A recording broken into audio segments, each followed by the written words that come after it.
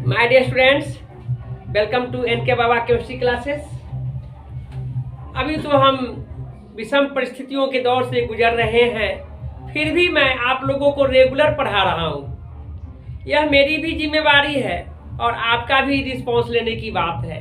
अच्छा रिजल्ट के लिए आपको पढ़ने की आवश्यकता है, बार बार पढ़ने की आवश्यकता है और अच्छे ढंग से तैयारी करने की आवश्यकता है। हम तो एक गाइडलाइन दूंगा जो एग्जामिनेशन में आने वाले क्वेश्चन को हम यहाँ पर पढ़ाते आ रहे हैं, लेकिन पढ़ना तो आपको काम है।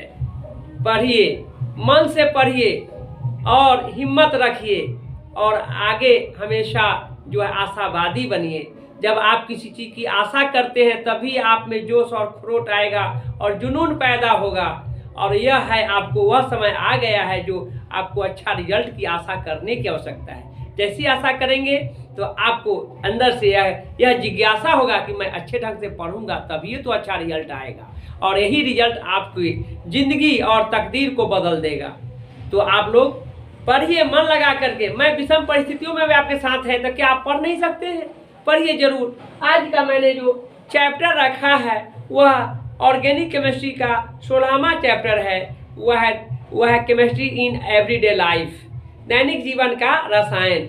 उसमें कुछ इम्पोर्टेंट जो एग्जामिनेशन के लिए है वह एंटासिड्स, एंटीबायोटिक, एंटीसेप्टिक, है ना, क्या कहते हैं, ट्रांसक्विलाइजर्स, एनाल्जेसिक, ये सारे इम्पोर्टेंट टर्म्स हैं जो अक्सर एग्जामिनेशन में पूछे जाते हैं। उसका डेफिनेशन और एग्जाम्पल जिसको हमने रखा है यहाँ पर।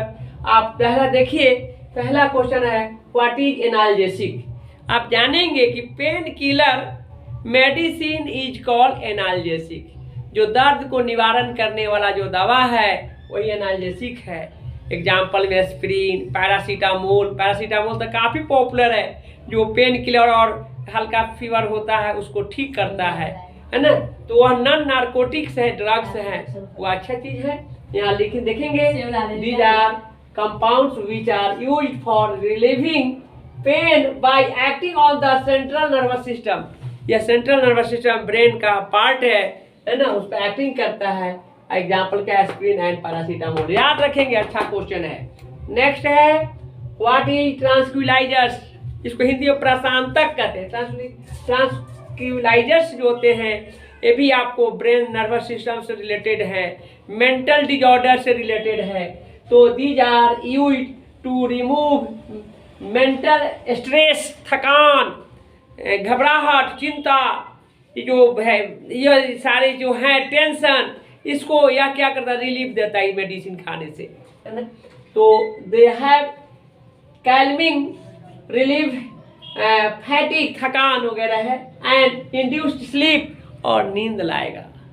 जब नींद आ जाता है तो सारी थकान दूर हो जाता है, और मानव को आप जान लीजिए कि अच्छे मानव जो होंगे, जो हेल्दी होंगे, उसको नींद जरूर आएगा। नींद है तो कोई टेंशन नहीं, इस बात को ध्यान में रखिए। कोई डिजीज नहीं हो सकता है, हाइपर टेंशन नहीं होगा, बीपी नहीं होगा, ये सारे जो डायबिटीज है ये सारे चीज़ों से नहीं होता है। स्वस्थ वही है जो नींद में पूरे होते हैं। नींद की दवा खाने की आवश्यकता नहीं होती।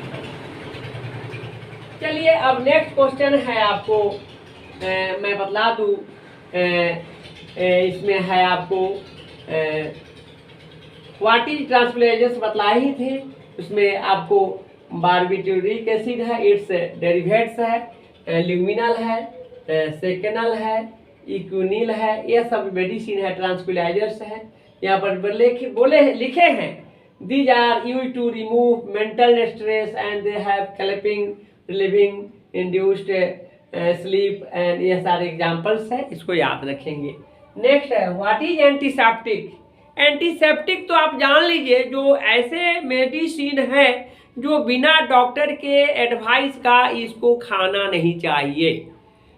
यह बिना एडवाइस के लोग बार बार मेडिसिन एंटीबायोटिक यूज करते हैं, उसका हार्ट, लंग्स, किडनी डैमेज हो जाएगा। जो क्विक रिलीफ दे वो उसका केमिकल साइड इफेक्ट बहुत ज़्यादा होता है। तो आपको यहाँ केमिस्ट्री में पढ़ना है, ऐसे बायो का चीज़ है, केमिस्ट्री पढ़ना है, इसका नॉलेज रखना है, कंसेप्ट रखना है, और इसके नॉलेज के लिए यह सिलेबस में रखा गया है। तो आप जानेंगे कि यह एक प्रकार के माइक्रोबियल्स होते हैं, और माइक्रोबियल्स जो होते हैं वह आपको क्या करते हैं, वह पार्शियली और होली वह क्या करते हैं, आपको मेडिसिन के जो एक्शन करते हैं। यहाँ हमने बताया था व्हाट इज एंटीसेप्टिक, उससे पहले हम एंटीसेप्टिक बतला दे रहे हैं, है ना। सब्सटेंसेस प्रोड्यूस्ड होली और partly by chemical synthesis which is low concentration inhibits the growth or destroy microorganisms by intervening in their metabolic process is known as antibiotics. Antibiotics में erythromycin, tetracycline, ofloxacin, chloramphenicol, यह सारे medicine जो होते हैं वह एक प्रकार का एंटीबायोटिक्स हैं, ध्यान में रखेंगे। ऐसे हमें एक दो बतलाएं, हमको ये बताना चाहिए, लेकिन हमने यह पहले बताया है, ध्यान रखेंगे। एंटीसेप्टिक जान लीजिए और डिसइंफेक्टेंट्स जानिए। Antiseptic, what is antiseptic? Antiseptic क्या है तो आप जान लेंगे कि वह कटा हुआ घाव हो, जला हुआ भाग हो, वह लिविंग टिश्यूज पर जो एक्शन करता है उसको ठीक करता है, उसी को एंटीसेप्टिक कहते हैं। देखिए यहाँ है, these are used to prevent the growth and spread the microorganism on cuts, wounds, burns, जले हुए, कटे हुए जो माइक्रोऑर्गेनिज्म जो ग्रोथ करता है उसको क्या करता है, उसको कंट्रोल करता है, उसको ठीक करता है। एग्जाम्पल के रूप में है, आप देखेंगे they do not burn in living tissues, they do not burn in the living tissues. Example में है डिटॉल। डिटॉल एक ऐसा केमिकल है जिसको कटे हुए, जले हुए, कटे हुए भागों पर रखने पर उसको ठीक करता है। आयोडीन है, सुप्रामाइसिन है, इस तरह का केमिकल्स होते हैं। नेक्स्ट है व्हाट इज डिसइंफेक्टेंट्स। ये भी बहुत अच्छा है, बहुत अच्छा क्वेश्चन से एग्जामिनेशन में पूछे गए हैं। तो यह लिविंग टिश्यूज के लिए और यह नॉन लिविंग के लिए जब यूज करते हैं, सफाई क्लीनर्स के लिए, सफाई टॉयलेट में, बाथरूम में, है ना, जो हम लोग केमिकल यूज करते हैं, सफाई करते हैं, या फर्श वगैरह का जो साफ करने वाला जो केमिकल्स होते हैं उसी केमिकल को डिसइंफेक्टेंट्स कहते हैं। लिखे भी हैं, these are use to completely destroy the microorganism and harmful to human tissues. For example phenol है, क्लोरीन है, ब्लीचिंग पाउडर, ETC है, ये सारे चीज़ है, इम्पोर्टेंट है। तो हम इस चैप्टर को रखे हैं, 1-2 दिन में समाप्त करेंगे और रेगुलर मैं पढ़ा ही रहा हूँ। आप लोग पढ़ते रहिए, चैनल से जुड़े रहिए। हम अभी थोड़ा क्या कहें, हम विषम परिस्थिति के दौर में हैं, माताजी गुजर गए हैं, इस कारण से अभी थोड़ा सा हम बिल्कुल अस्वस्थ हैं और उस जो विधि कार्यक्रम करना पड़ता है उसमें मैं इन्वॉल्व हूँ। इसलिए मैं चाहता हूँ कि रेगुलर पढ़ाऊँ, लेकिन जितना पढ़ाना चाहिए वह नहीं पढ़ा पा रहे हैं। लेकिन इतना ज़रूर है कि हम और आप सभी विद्यार्थी एक दूसरे कांटेक्ट में हैं, यह बहुत बड़ी चीज़ें हैं।